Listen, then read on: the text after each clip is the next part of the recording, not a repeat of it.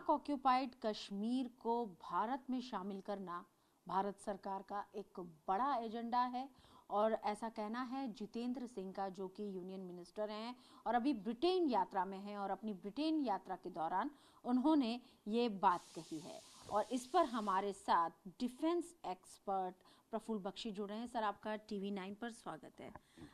Sir, ये एक बहुत बड़ी सरकार की कोशिश है और सरकार की प्राथमिकता में शामिल है कि पाक ऑक्यूपाइड जो कश्मीर है पीओके, उसको भारत में शामिल करना।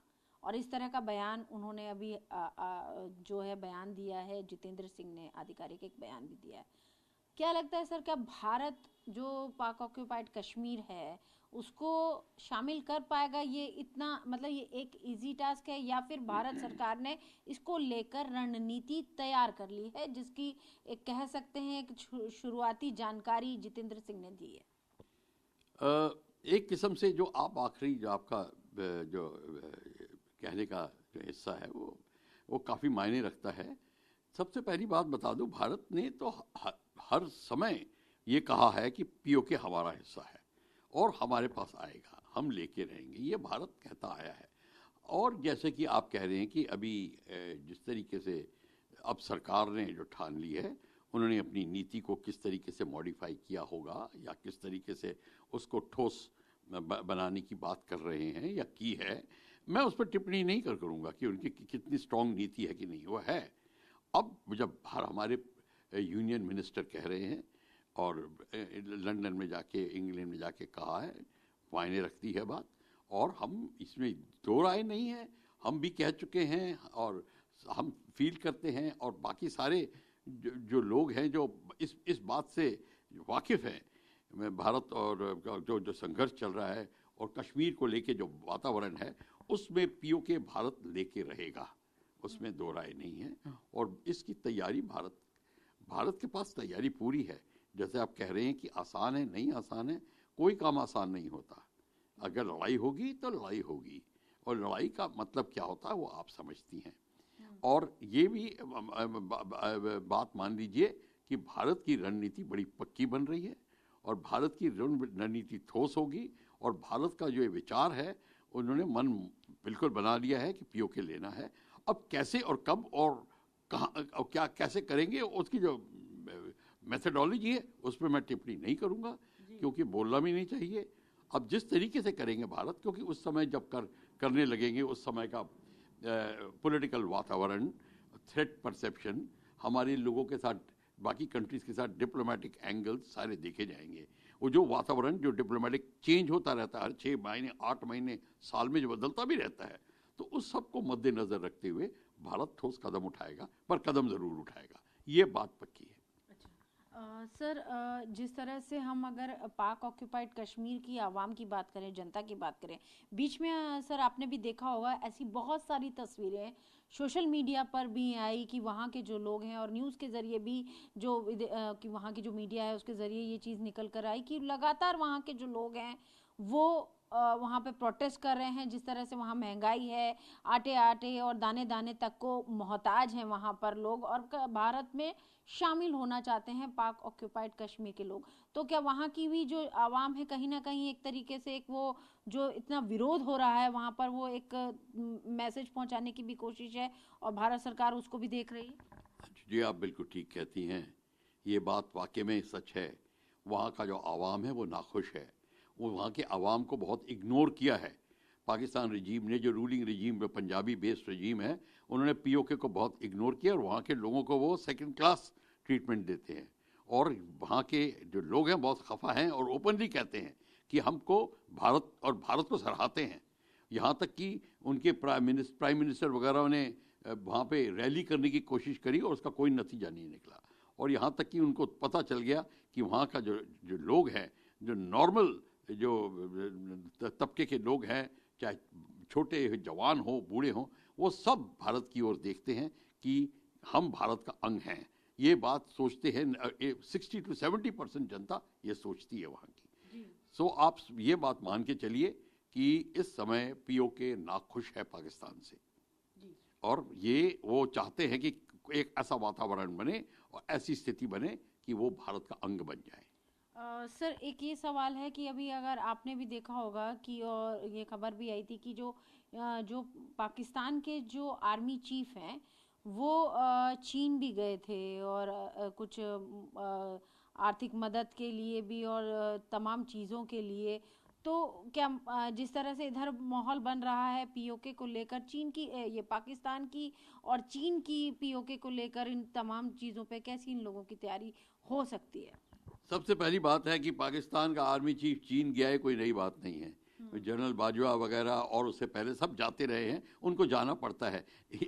कहने का मतलब है ये एक किस्म से उनका धार्मिक स्थल है, वहाँ मत्था टेकना पड़ता है उनको, तो वो जाते हैं। और क्यों जाते हैं? सारा सामान चीन से आ रहा है, चीन उनको सपोर्ट कर रहा है। और दूसरी बात ये है, आप ध्यान से सुनिए, पीओके के टेरिटरी के आसपास और उसको इंक्लूडेड उस एरिया में China Pakistan economic corridor project बन रहा है, जिसमें चाइना ने क्लोज टू 90 to 100 बिलियन खर्च कर दिया है। और यहाँ तक कि वहाँ के लोगों के से उनको अपोजिशन आ रही है, और खासकर बलूचिस्तान एरिया में अपोजिशन आ रही है, जिससे वो चाइनीज़ बड़े ग्रसित है। पाकिस्तान आर्मी उनको मदद करने की कोशिश कर रही है, और उन्होंने पाकिस्तान आर्मी को अपनी तरफ शामिल करने का बड़ी कोशिश चाइनीज़ कर रहे हैं, वो पाकिस्तान आर्मी से हेल्प ले रहे हैं। और दूसरी बात है, चाइना पाकिस्तान चाइना के पे डिपेंड करता है अपने सारे मेजर वेपन सिस्टम, जितने एयरक्राफ्ट सिस्टम्स हैं, सब के सब सीरीज जो MiG-21 हम फ्लाई करते हैं, जो है F7 जो उनका है, F7P पाकिस्तान के लिए चाइना ने बनाया है। तो ये सारी की सारी जो आप देख रहे हैं वेपन सिस्टम्स हों, उनकी मिसाइल्स हों, सारी चाइनीज़ बेस्ड हैं। और उनकी जो उनका जो बड़ा डेट चल रहा है, और पाकिस्तान अब चाइना के जिसको कहते हैं ना कि कर्जे के अंदर आ रहे हैं, और वो भी प्रॉब्लम है। और यहाँ तक कि चाइना उनको कंट्रोल करने के लिए उनकी आर्मी को, रिटायर्ड ऑफिसर्स को नौकरियाँ दे रहा है, उन पर डिपेंड कर रहा है और उनकी लुक आफ्टर करता है। तो एक किस्म से पाकिस्तान आर्मी चाइना पे बहुत डिपेंड करती है आर्थिक प्रोजेक्ट्स के लिए, पर्सनल आर्थिक सहायता के लिए, नॉर्मल सहायता के लिए। तो ये आप चीज़ बिल्कुल पक्की है कि चाइना के आज पाकिस्तान के आर्मी चीफ का चाइना का जाना एक बड़ी मामूली बात है। सर एक आखिरी सवाल, विषय दूसरा है। जिस तरह से सर भारत की हम बात करें, रक्षा मंत्री की बात करें, तो राजनाथ सिंह जो हैं वो मालदीव गए हैं। एयर चीफ जो हैं वी आर चौधरी वो श्रीलंका गए हैं। इस जो इनका ये ट्रैवल है सर, इन्हें कैसे देखते हैं? क्योंकि अगर हम इंडियन ओशियन की रेंज की बात करें तो लगातार जो है चीन की जो है वो घुसपैठ बढ़ रही है, रडार सिस्टम जो है वो लगा रहा है जासूसी करने के लिए। तो भारत जो है वो उस पर एक तरीके से एक काउंटर स्ट्रैटेजी अपनी तैयार कर रहा है, कैसे देखते हैं? थैंक यू वेरी मच, ये बड़ा आपने अहम सवाल पूछा है। देखिए, चाइना इस समय जो साउथ चाइना सी में जिस तरह आधिपत्य जमा रहा है, और साउथ चाइना सी से लेकर पर्शियन गल्फ तक, थ्रू मलक्का स्ट्रेट, श्रीलंका के बगल से होता हुआ, मालदीव को बगल में रखता हुआ ऊपर तक, वो अपना इंडियन ओशन में, बे ऑफ बंगाल में, अरेबियन सी में, हर जगह वो चाइना फैलने की कोशिश कर रहा है। इस सारी चीज़ को देखकर भारत आपको अवगत है, भारत इससे अभी अब लेटली आप ही ने हमसे बात करी थी कोको आइलैंड्स की, किस तरीके कोको आइलैंड पे चाइनीज़ ने अपना रडार बनाया है, रनवे बनाया है, मिसाइल लगा रहे हैं। कोको आइलैंड जो कि म्यांमार का है, और म्यांमार के कोको आइलैंड पे चाइनीज़ क्यों कर रहे हैं? क्योंकि म्यांमार ने उनको आने दिया। क्यों आने दिया? क्योंकि उन्होंने चाइना म्यांमार इकोनॉमिक कॉरिडोर बनाया है, म्यांमार को अपने कर्जे के अंदर ला रहा है और कह रहा है देखिए मैं आपके लिए इतना कर रहा हूँ, आप मेरे लिए इतना करिए। तो चाइना ने सारी अपनी डिप्लोमेसी लगाई हुई है इस एरिया में। इसको देखने के लिए, इसको भांपने के लिए और इसको तोलने के लिए अब बहुत ज़रूरी है कि हमारे रक्षा मंत्री और हमारे जो 3 चीफ्स हैं वो इस तरह से ध्यान दें, और वो दे रहे हैं। श्रीलंका गए हैं, अब एयर चीफ श्रीलंका जाके किन किन बातों पे बात करेंगे, ये आप समझ जाइए कि श्रीलंका भी ग्रसित है चाइना से। वो जो हब्बनतोता जो उनका जो पोर्ट है उसके ऊपर लेकर, और चाइना अपनी टेरिटरी खो रहा है, चाइना उसको कब्जा कर रहा है। मतलब एक किस्म से चाइना ने उसको कब्जे पे लाया हुआ है इसके एरिया को, और भी जगह पे किया हुआ है। मालदीव्स में चाइना आइलैंड के बनाने की कोशिश कर रहा है, उनके आइलैंड्स में ऑक्यूपाई करने की कोशिश ही नहीं कर रहा, बल्कि वहाँ पे जाने की भी कोशिश कर रहा है। और आपको पता है मालदीव्स का क्या वातावरण है और किस तरीके से भारत की डिप्लोमेसी में मालदीव आया है। हमने मालदीव्स में ही जो गयूम को किस तरीके से सेव किया था, एयरफोर्स ने ही अपने 2 IL-76 रात के 2 बजे लैंड किया था जाके और उनको बचाया था। तो ये सारी की चीज़ें आप देखकर आपको पता लगता है, आभास हो रहा है कि मालदीव्स की क्या अहमियत है, श्रीलंका की क्या अहमियत है इस एरिया में, खासकर जहां चाइना इतना बढ़ता जा रहा है। तो अगर हमारा एयर चीफ और नेवल चीफ और हमारे डिफेंस मिनिस्टर इंटरेस्ट लेंगे, वो बिल्कुल लाजमी है। तो अब उनका किस तरीके से रणनीति दिखती है, किस तरीके से थ्रेट देखेंगे, क्योंकि जब कोको आइलैंड में बैठे हुए चाइनीज थे, उस समय कलाईकोंडा में एक्सरसाइज चल रही थी, अमेरिका, इंडिया और जापान उसमें ऑब्जर्वर था। तो वो सारी चीज़ें भी हमने डिस्कस करी थी। तो हमको अब ये आप मान के चलिए कि इसका कोई मायने है, सिर्फ ऐसे ही नॉर्मल विजिट के लिए।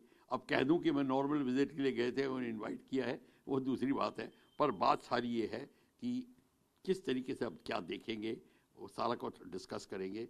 एविएशन में काफ़ी हेल्प ले सकते हैं हमारे से चाइना, पाकिस्तान, श्रीलंका काफ़ी क्लोज है इंडिया के। जो एक्चुअली बात की जाए तो सांस्कृतिक कनेक्शंस हमारे बड़े पुराने हैं उनके साथ में।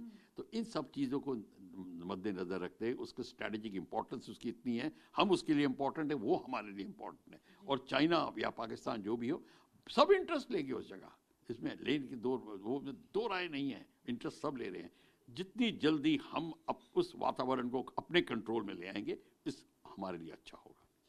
आपसे बात करने के लिए बहुत बहुत शुक्रिया। तो ये थे हमारे साथ डिफेंस एक्सपर्ट प्रफुल्ल बख्शी, जिन्होंने तमाम चीज़ों के तमाम पहलुओं को लेकर हमें जानकारी दी कि रक्षा मंत्री अगर मालदीव जा रहे हैं और एयर चीफ अगर जा रहे हैं तो उसके क्या मायने हैं हमारी सुरक्षा के लिहाज से और हमारी जो आगे की जो रणनीति होगी उसके लिहाज से। वहीं अगर हम पीओके की बात करें तो वो भारत की प्राथमिकता है और भारत सरकार लगातार ये बात कह भी रही है और कोशिश भी इस ओर कर रही है कि जो पाक ऑक्यूपाइड कश्मीर है उसको भारत का अभिन्न अंग बनाया जाए, क्योंकि अखंड भारत का सपना इस पूरे देश की जनता ने देखा है।